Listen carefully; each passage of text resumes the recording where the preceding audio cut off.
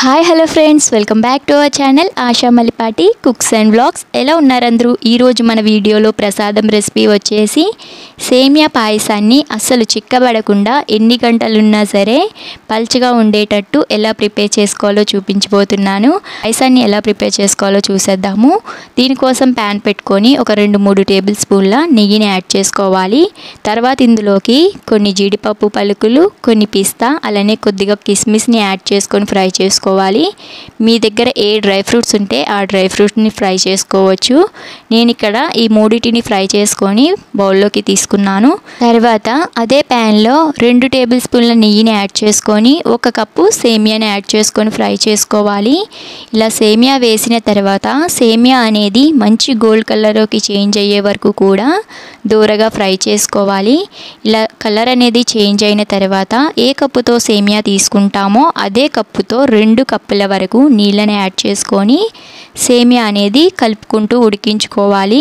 మనకి ఇలా ముందుగానే వాటర్లో ఉడికించుకోవడం వల్ల సేమియా అనేది బాగా ఉడుకుతుంది, అలానే చిక్కబడకుండా ఉంటుంది. ఇలా ఉడికించుకునేటప్పుడు మధ్య మధ్యలో కలుపుకుంటూ ఒక 5 నిమిషాల పాటు మూత పెట్టుకొని ఉడికించుకోవాలి. మనకి వాటర్ మొత్తం కూడా సేమియా అబ్జర్వ్ చేసేసుకొని దగ్గర పడే వరకు కూడా ఇలా మధ్య మధ్యలో మూత పెట్టుకొని కలుపుకుంటూ ఉడికించుకోవాలి. ఇలా సేమియా అనేది మనకి ఒక 90% వరకు ఉడికిపోయిన తర్వాత ఏ కప్పుతో సేమియా తీసుకుంటామో అదే కప్పుతో ఒక 1/4 కప్పు వరకు పంచదారని కానీ బెల్లాన్ని కానీ యాడ్ చేసుకోవచ్చు. నేనైతే ఇక్కడ 1/4 కప్పు పంచదారని యాడ్ చేసి కలుపుకుంటున్నాను. ఇలా కలిపి పంచదార మొత్తం కూడా కరిగే వరకు కలుపుకున్న తర్వాత ఇప్పుడు ఇందులోకి సేమియా తీసుకున్న కప్పుతోటి 1.5 కప్పు వరకు పాలని యాడ్ చేసుకోవాలి. మనం ఇక్కడ మొత్తం 2 కప్పుల నీళ్ళు, 1.5 కప్పు పాలు, మొత్తం 3 కప్పుల వరకు పాలు నీళ్ళు అనేది యాడ్ చేసుకుంటున్నాము. మీకు ఇంకా పల్చగా కావాలనుకుంటే మరొక 1/2 కప్పు పాలను కూడా యాడ్ చేసుకోవచ్చు. ఇలా యాడ్ చేసుకొని మనకి ఇలా పొంగులు వచ్చే వరకు కూడా పాయసాన్ని మరిగించుకోవాలి. మనకి ఈ పాయసం బాగా మరిగింది కదా, ఇప్పుడు చివరిగా ఇందులోకి ఒక 1/2 టేబుల్ స్పూన్ వరకు ఇలాచీ పౌడర్ని యాడ్ చేసుకోవాలి.